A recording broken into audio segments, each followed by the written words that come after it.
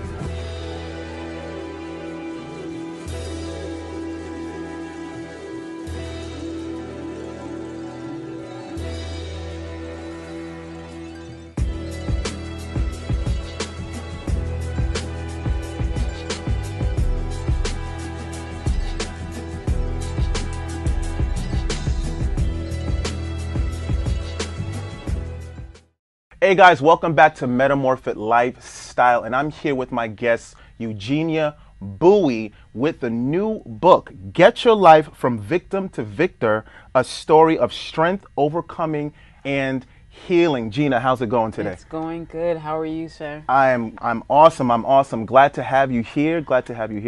I'm so glad to be here. This is super exciting for me to be here today. Awesome, awesome. So you just came out with a new book, and we'll definitely delve into that. But tell me a little bit about yourself. Where were you born? Where are you from? And just talk just a little bit about who Gina is, or does anybody call you Gina or Eugenia? How would you like to be called? I mean, those that know me, they call me Gina. I can't escape it, you know. But as I'm getting older, I'm starting to embrace Eugenia. Eugenia. And I definitely want to be received as Eugenia because I'm walking in my truth, right? So Yes. that's who I am. Yes. So Eugenia is from Westchester, New York. I was born torn between small village in Portchester and a big city of Mount Vernon, New York. Okay. And in Portchester, I remember having mom and dad there, the beautiful, family, two sisters, father, mother. And up until we moved to Mount Vernon, it was just me, my sister, and my mom. So I experienced the dynamics of full home with father and mother to a single parent home, like pretty much overnight. Okay. And so adapting to that was an experience. My mother worked an awful lot, 12-hour shifts, weekends double. So my sister took care of me for the most part. She's 5 years older than I am. Wow. So it was just me and my sister for a very long time. And then we had to stay at my family members' houses on the weekends and adapt to their lifestyle, which was an extreme of, my aunt being Shirley Caesar, Mahalia Jackson, to my other aunt, listening to, all types of music, Clarence Carter, and gambling and drinking. So we had to adapt to those dynamics, and it was such an experience for me, for my sister also, and growing up in a Christian home to also have those experiences with us. But it was always something that I always gravitated to writing. So anything that made me uncomfortable or anything that made me, I'm not sure if I can ask this, I would pick up the pen and I'd start writing in my marble notebook that my mother would be sure to get for me every time she went shopping. We would go to H&O Greens in Mount Vernon before they tore it down, and I would always grab a notebook. She's trying to pick out clothes and different things, and I'm like, Mom, I want the pink notebook, or I want the green notebook. So writing has always been a go-to for me. It was like a safe haven for me to pick up the pen and write. So. Wow, that's awesome. So, as your career, would you say that that's something that you're doing full time, or what do you do currently now? I guess your career, or as a minister. I know you minister. Right. I've heard a little bit about that in your book, which we'll get to. Right. But just talk a little bit about what you do, just day to day when you're not writing. Well, I am currently a customer service lead representative at my job. I've been there for about 13 years. Wow. Because I believe in loyalty. That's right. That's right. So I've been there for about 13 years, and I am the administrator at my church, Tabernacle of Prayer Revival Center, whoop whoop, in Downsbury, New York. The pastor is Pastor Darrell L. Young, and I've been in this ministry for as long as he's been the pastor at the ministry. So that's been an experience to be an elder in the ministry, being accepted as an elder, and also being asked to do different things in the ministry to help it grow. And so I think that has helped cultivate, the strength that I'm finally gaining to do and be, all of the different things that I didn't think that or see myself as. So leadership at work, leadership at church, I can't really escape it, right? So I'm learning to embrace all of the things that God has equipped me with. And it seems to be I guess for me sometimes it's a little tough to try to put on all the hats, how do you really, I guess, cope with it or deal with it? And, what are some things that you do during the day where you're not, Elder Gina or, working in the office, how to really focus your mind around just those, those tasks, I guess. It seems as if my mind is always on those tasks. It's very hard for me to separate who I am from those things, because that's just who I am wherever I go. Even when I'm not trying to do that, people just ask me to be that person.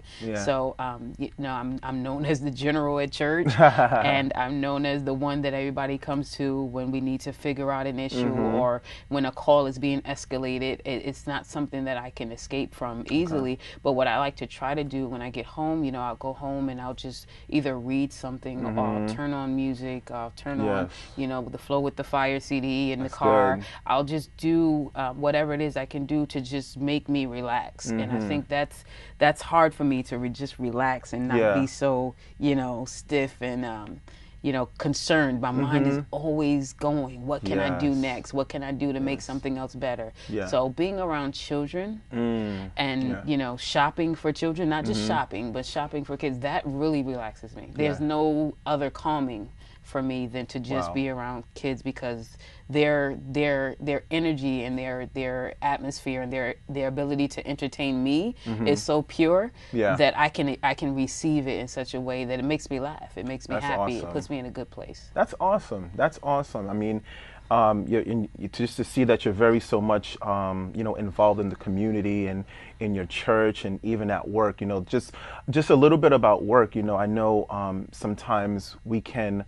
We don't want to shut out who we are as people of faith, as Christians, because sometimes we go to work and it's like, oh my gosh, another day at work.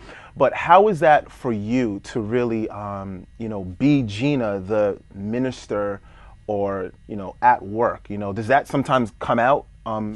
Anytime? It comes out every day. Every day. Okay. I don't hide who I am. I'm definitely who I am everywhere I go. So that's not something that I struggle with. Now, what you get might not be the same the next day, but all of those qualities are who I am. So I have people that come to me for the elder. So if I never presented that to people, if I never showed them that side of me, would they know to come to me? I have people coming to me during the day, and they might have a situation I've experienced. Someone had a loss for them, and they came to me while I was working and asked me to pray for them. And so if I didn't show that I have a spiritual sense, or I have a spiritual side, would they have known that they can come to me for prayer, so that they can be calm even in what they were going through? At least 4 times a week, someone will come to me and ask me to pray with them. And I count it not, a small thing that people would see in me a God. Even though I say I'm a Christian, I actually try to live the life that represents someone that you can come to and get that kind of prayer or counsel. Even at work, my boss will say things, even when he's trying to come at me, he'll give me a scripture. He's being funny, but thanks be to God that you're reading the book to get a scripture. That's right. So I'll take it. He has scriptures for everything I say. I can't do this, and he's like, I can do all things through Christ who strengthens me. And he'll throw that at me, and I'm like, that's funny, but thank you, because you reminded me of what my Bible says about me. So that's awesome. I count it all joy. I think that's very awesome. Just for today within, the Christian community, or just with any faith, it's so hard to really, portray that, because, people are judgmental, or people, we don't all believe the same things, which is okay. And I think what happens is sometimes we get those that, because society doesn't, I guess, embrace us, they kind of shut that part of their life off. Right. And so I really find that very, I guess, encouraging, that you can really bring that to the workplace and not shy away from that. I know the scripture talks about, I'm not ashamed of the gospel of Jesus Christ. And so, that's just awesome that you're really just being the light, not just in church. Trying to light. I hear you. I hear you. One of the things that I can add to that is that my coworkers have watched me grow. I wasn't who I am 10 years ago. I definitely wasn't who I was, when I first started. So they've seen my growth. So the respect factor to add wasn't always there to see me as that. So now that I'm allowing myself to, I don't have any, qualms or any issues or any fear with being who I am, they recognize that and they come to me. So I don't have to shove down the image of Jesus Christ to them. They recognize it in me, and they come to me and ask me to express who he is through me. So I think that's amazing, that I don't have to preach or, you should live right. And I don't have to be dogmatic when it comes to the gospel. Exactly. They see it through my character. They see it through my changes, and they want to know more about that. Yes, that's awesome. And now the Gina that we see today wasn't the Gina back then. And so you talk a little bit about that in the book. So talk to me about this book. I mean, I read the book, and OMG, like OMGina, I should say, OMGina. Right. Really just, talk to me a little bit about the book, give a little bit of highlights and just a turning point within the book. Well, without giving too much away about OMG, the acronym stands for, or it's a play on "Oh my God," right? And people can relate to that. But it was an important moment for me to say, okay, get yourself together, get your life. You really got to stop, laying in this pool of woe is me, right? Because we've all have experiences, some, worse than others. So I'm not saying that my experiences were the worst experiences, but I've been through so much. Yes. And growing up in a single family home, it was difficult for my mother to manage every aspect of my life and my sister's life also. So we were left to be at different places and different homes. And like I said earlier, to adapt to different ways of life. But those things weren't always good. They weren't always the best situations for us, but it was needed at the time. And so I got mishandled in the process, and those experiences caused me to change my pattern and change the way I did things, because I got hardened. I didn't trust people.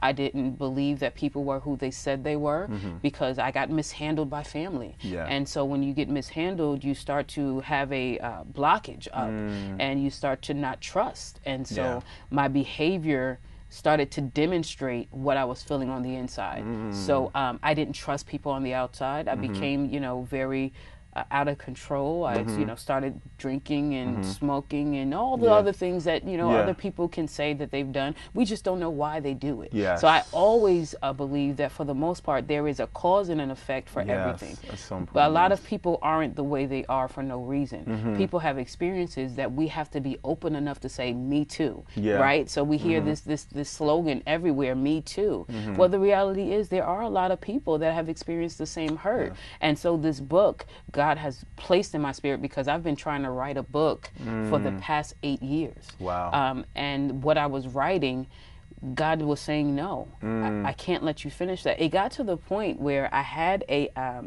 what is that called? A key, a megabyte, a gigabyte, whatever it is, that the disk that's on the key that I would put in the computer, and I have all my USB. I have all my information on here, everything that I've ever written. It stopped working. Wow. I carry it to this day as a reminder of what God blocked. And he did not want my image to be betrayed as what it is that was on that USB. And so I keep it as a reminder that God's plan for me was so much greater than my plan for myself. And his plan for me was that I would help other people to see pain, identify it, and come out of it, because the fact that you're still alive and you still remain, that means there's a purpose for you. So let's figure out what that purpose is. And let's go to the root of why you are the way you are, so that we can get you to where you're supposed to be. And that's what OMG is. It's a manual for people that need to know that there is a future that God has ahead for you. Yes.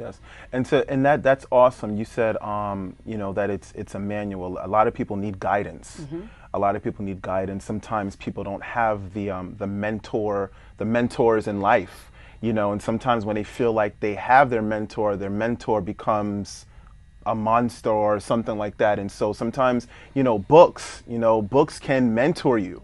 I highly recommend. I know we read the good word, we read the Bible, but I believe that people they go through things, and I always tell people that everyone has a book to write. Everyone has a story. Everyone has a story. Everyone has a story. And I believe just really voicing that and really talking about that in your book is just very key, because I know that a lot of people, they go through things and they don't know where to turn to. And so, you mentioned, sort of the things that you went through. What was the real turning point in your life? I know you said you were, from house to house, you were raised with your sister and things like that. And I know that can sort of kind of like, start putting darts on your image and who you are, and, just finding who you are in the midst of all of that can be confusing. So, what was the turning point for you that said, you know what, this is not who I am, there's something, there is purpose for me, and it's time for me to just be who God has called me to be. So what was that turning point? I mean, I don't think that there was ever a time where I didn't feel a level of conviction about what I was experiencing, what I was going through. Now, there were certainly times when I couldn't hear God, and I didn't know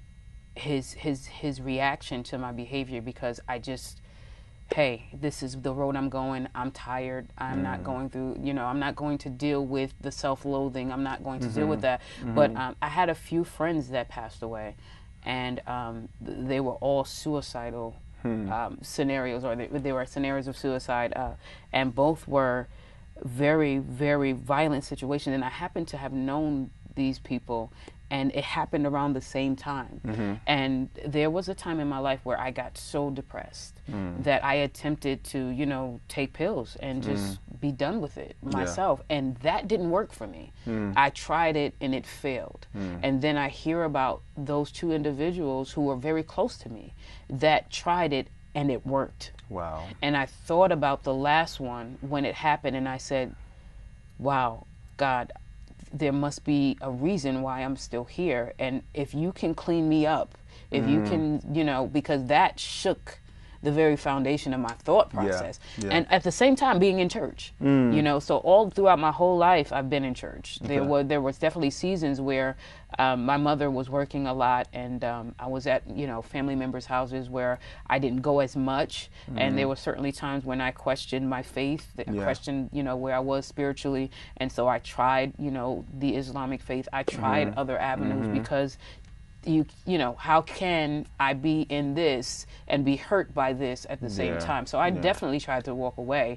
But when that experience happened with the last suicide issue, I said, God, I have to try this again, because this can't, if you allowed them to die and allowed me to live, there must be something greater for me to do. And that was a pivotal moment for me to know that God cared, not that he didn't care about them, but that God had a purpose specifically for me, in spite of what I went through. Extremely angry with him for allowing it to happen, but then realizing that there must be a greater good that I'm not getting to. So what is it? And because I began to seek him and try to find the answers through that, I started to read the word more. I started to be, more involved with my ministry. I started to really go, hard, as they say, with finding out what it is, because you have to show me, because I have no idea. And that was a pivotal moment for me to know that I tried another way and it didn't work. I tried another way by committing suicide. I tried another way by trying another religion, and they both failed. But every time I came back to Christ, I was accepted. There must be something about that, right? So that's what led me to be where I am, and that was the pivotal moment in my life where change really took place for me. That's awesome. Just the choices that we make. I was reading a book by Darren Hardy, and he said, the choices that you make, you become those choices. And so those choices really make you. And so, it's awesome to see like those little steps of just like faith. There's like different measures. The Bible says that Jesus is the author and the finisher. And so, just taking those little moments, even though we fall down, we get back up, because there's something that we believe in. And the same thing with, with our health and our fitness, just those little things. Sometimes we see an image on the screen and we're like, we want to be that, but it's not going to happen overnight. The same thing with fitness, the same thing with faith. We have to take those little steps. And so we have to make those choices. We have to make those choices. And so I'm excited for this book. I'm excited for what's about to happen. So what is one thing that you really want to see happen from this book, and just moving forward into the future? What are your goals, your ambitions for this book? Well, see, I believe that this book, God placed it in me because this is the beginning of what it is that he wants to do through me. So I knew I needed something to validate me. I don't have the degree to say that I can counsel you. I don't have, that lane or the connected to those type of people that say, hey, listen to me. But God allowed me to write my story to validate my purpose. And so OMG, the acronym is Overcomers Ministry Group. God put in me about 2 years ago Overcomers Ministry Group, and it's a safe haven for people that have been mishandled, and they need to know that they can overcome the situations of life, or that life has presented to them, whether it be sexual abuse, whether it be verbal abuse, whether it be alcohol abuse. I have people that I've have in mind to help me and assist me with this purpose, because it's needed. It's definitely needed in the community, but it also needed in the church. Because the overwhelming amount of people that have come to me and told me what this book has done for them, I had no idea that this would be the story. So, you know, I have testimonials of people sending me their stories and how much this has allowed them to get healing. I had one story where someone, you know, hadn't told their husband about what they experienced, and they had been holding this in for over 12 years. And I didn't know this person directly. Someone told me, you know, the reaction that they had, and they cried, and their husband walked in and wanted to know what was wrong. And she had to release something that she had never shared with him because of this book. Now, it's going to break a lot of the things that people have been hiding from, but it's going to break it for your good. And that's what this book is about. This book is about being honest, being open, being truthful about your pain, because God wants to heal you, but he can only heal and operate in truth. That's awesome. That's awesome. I'm excited. Now, tell everyone where to get this awesome book. All right. Well, Overcomers Ministry Group, it is underway. The website is being created, and we're going to have that out very, very soon. In the meantime, you can go to thesystempr@gmail.com. Again, that's thesystempr@gmail.com, and you can order the book, and we will have it mailed out to you, and you can get it as soon as we get your order. So I'm really thankful to God. The first set has already been sold out, and I'm just, this is God. This is not me. So I'm just walking in the purpose that he put in me, and whatever he says, that's what I want to do. That's awesome, awesome. Thank you, Gina, so much for being a guest on Metamorfit Lifestyle. Yes. It was a pleasure. This is Donald from Metamorfit Lifestyle. Be blessed.